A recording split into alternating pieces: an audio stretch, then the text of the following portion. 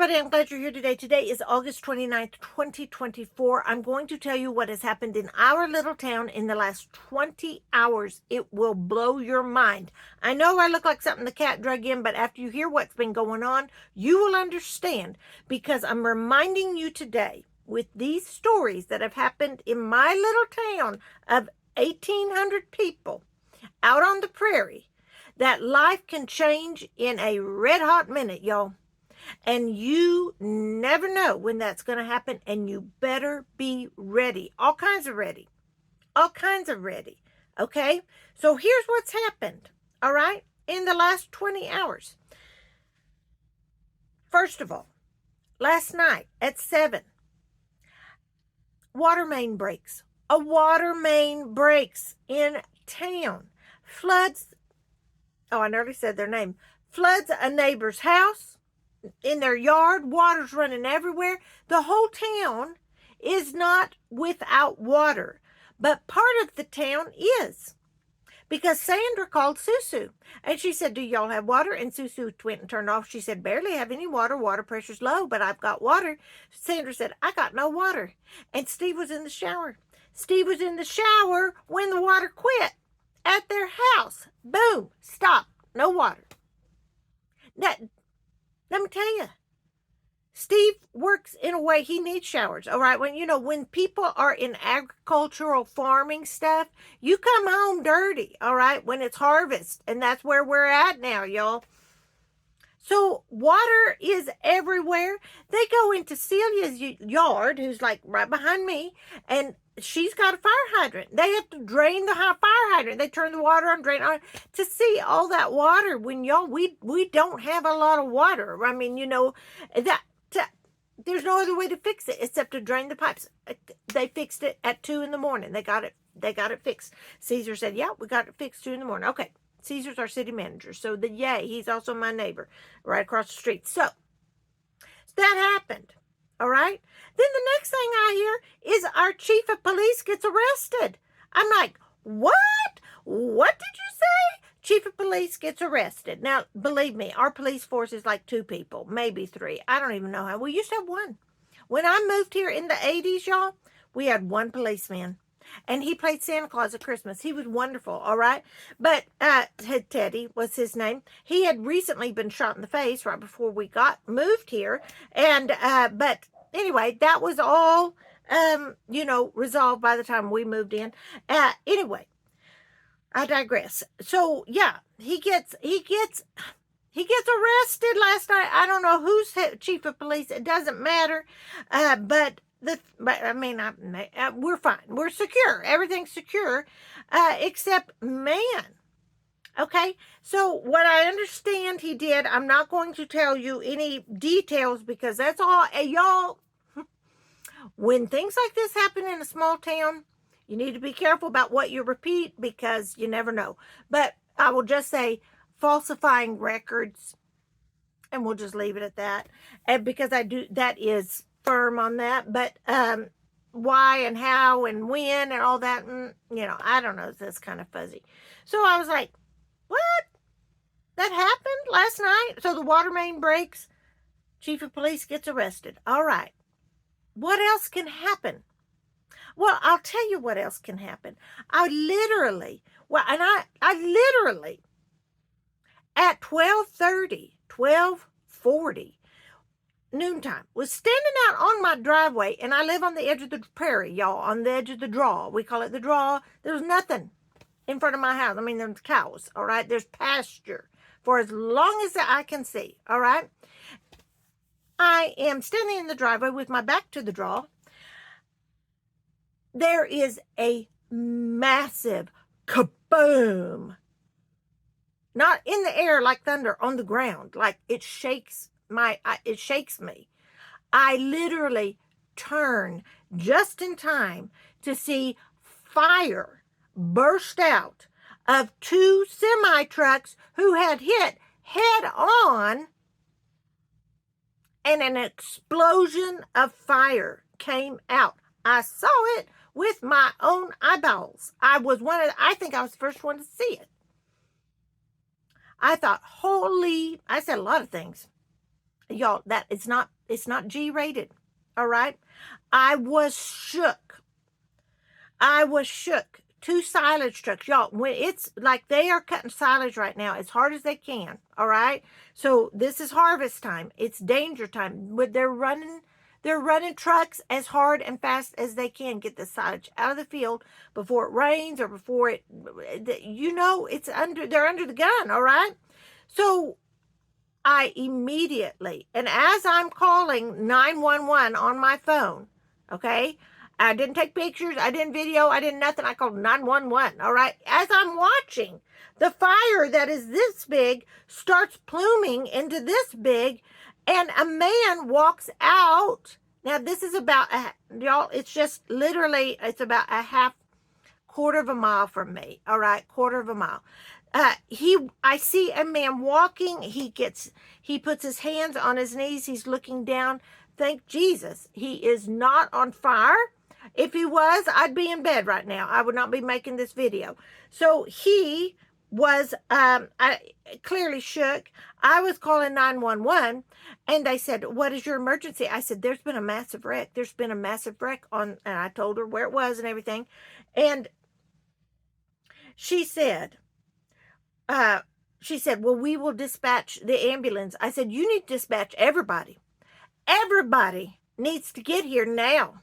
I said, "This is bad. This is bad." As I'm seeing this, and it was like, when oil burns, it was a black smoke coming up. Oh, you could see it. You could see it. Because I'm not going to tell you all the story, but you could see it a good 10 miles out of town. You could see. Now, we live where it's flat, y'all. Okay, so it's flat. So you could see the smoke. It was so high. I saw people's lives change today in a blink. Their lives changed. I was really I'm still shaking. I'm still shaking about this wreck.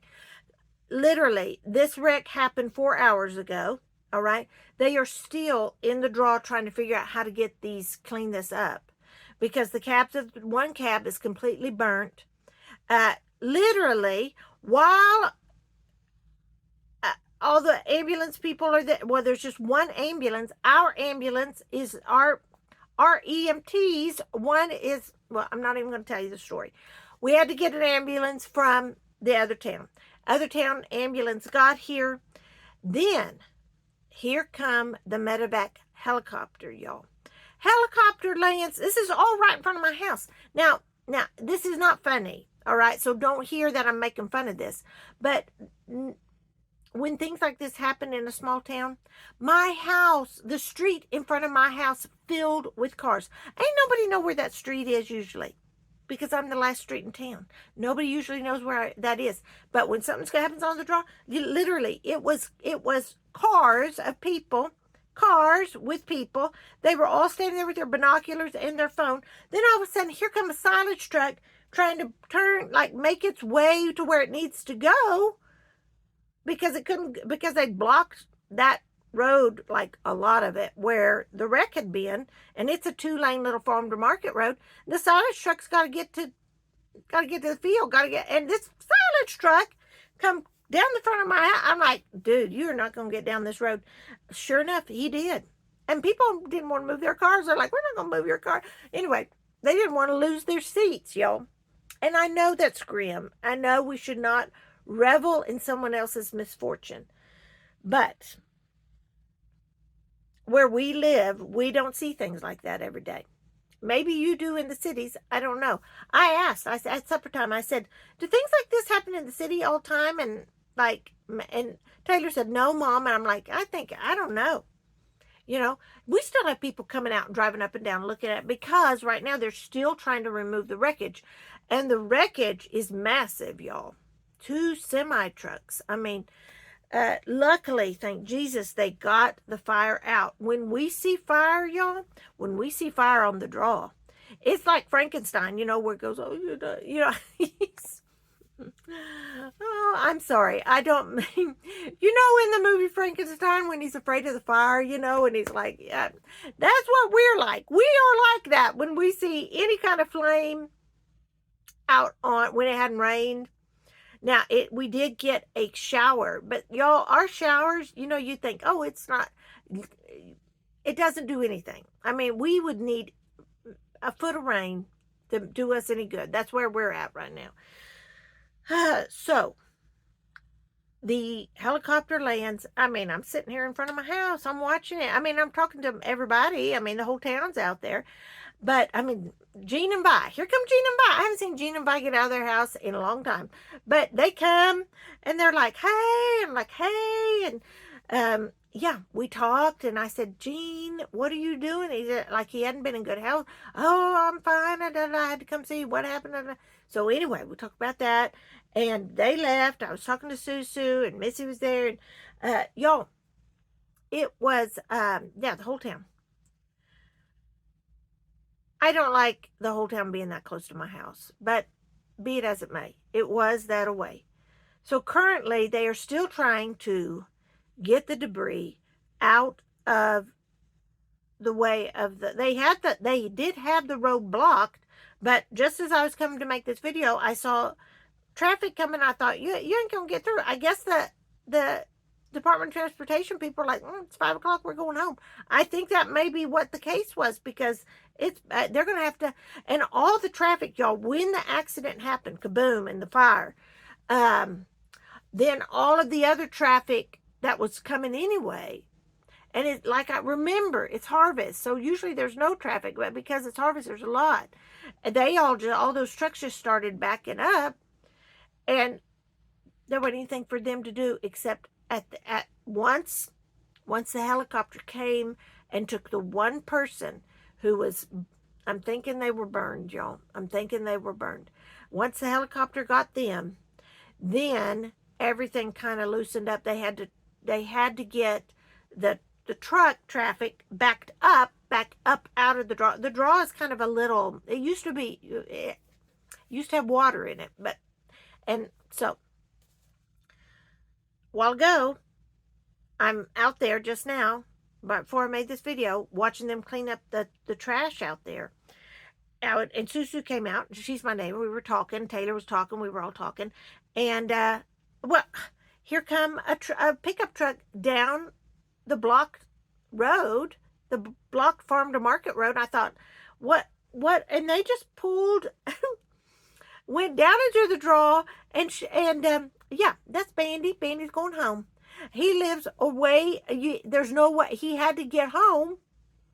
And clearly where this wreckage was, there was absolutely no way he could get home without pulling off that road and after going cross country in his truck, like, see you guys, I'm going home. And he did. And so here's my takeaway. Oh my goodness. Here is my takeaway from this whole day. Water can go in a minute. You can turn your water on and nothing will come out. That can happen. That happened where I live. Just probably, we're getting close to 24 hours ago. 22 hours ago, that's what happened. Then you can have your protection, your police protection, disappear. That happened. And then you can watch someone's lives completely change just with one mistake. With one mistake. Life has changed forever for them.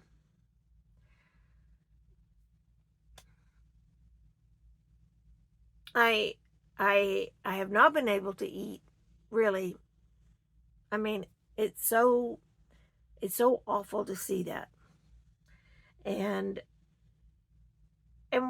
we watch it. Well, I'm not even going to worry about that. Y'all can do the psychology of watching it. Y'all can comment in the comment section below. But what I want to bring to all of our attention is, because life can change so quickly, do you have oil in your lamp? Are you ready for Jesus to come?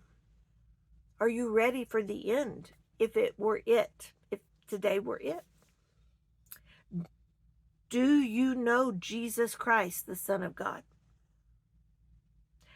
This is your chance to know him. It's called life. It's called your life. You've got one shot at it. Are you going to choose to learn to know Jesus, the Son of God? It is your choice. He's not going to force you to know him. He leaves it up to you. It's called love, the freedom of choice. You know, God doesn't send people to hell. People decide for themselves because they walk right by the cross of Jesus Christ into the gates of Satan. And that's on us, how we decide while we're walking this life. And the minute you're dead, you don't get to change your mind. The choice is sealed. So I would recommend to you, based on what I saw today and what I heard today, but mainly what I saw today, you better get your life right with Jesus Christ and get off the fence. If you are a namby-pamby milquetoast Christian, and I used to be one, so I know what that is. I'm not saying that in an ugly way whatsoever. Don't stay that way. Get off the fence. We say piss or get off the pot. That's what we say. Decide what you're going to do. Don't play church. Don't be playing church. This is a war between good and evil, the spiritual. It's not politics. You cannot fight a spiritual war with politics. And you cannot fight politics with spiritual war. That's my opinion. The war I'm concerned about and the war I'm fighting is the spiritual one. The unseen world. The unseen war. Based on Ephesians 6:10 through 18. Put on your armor, y'all. Because you never know. You never know from one minute to the next what is going to happen to you. And today, the last little bit, basically it's been from noon till now, I don't know, it's probably about 5:30 now, that all of this has come to my attention. And I thought, what can happen next? I don't even want to know.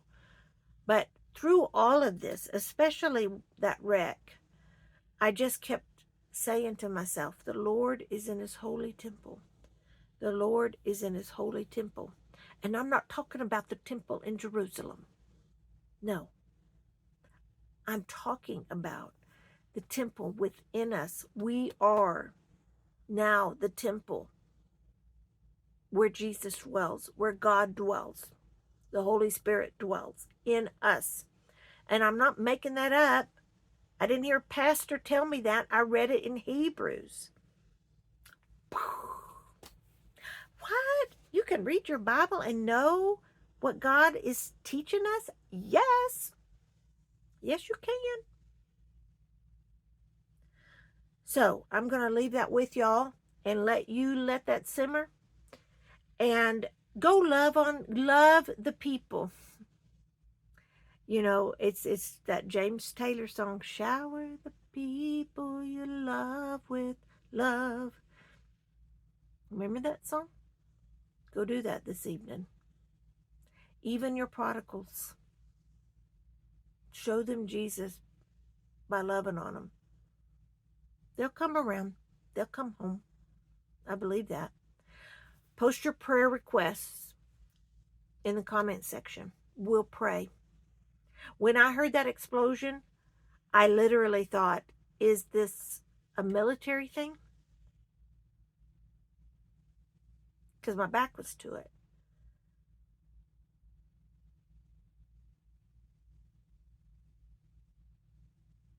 We don't know from day to day, especially in these last days, the end of the last days of the last days. That's what it feels like. Love on everyone who matters to you tonight and tomorrow and the next day and the next and the next.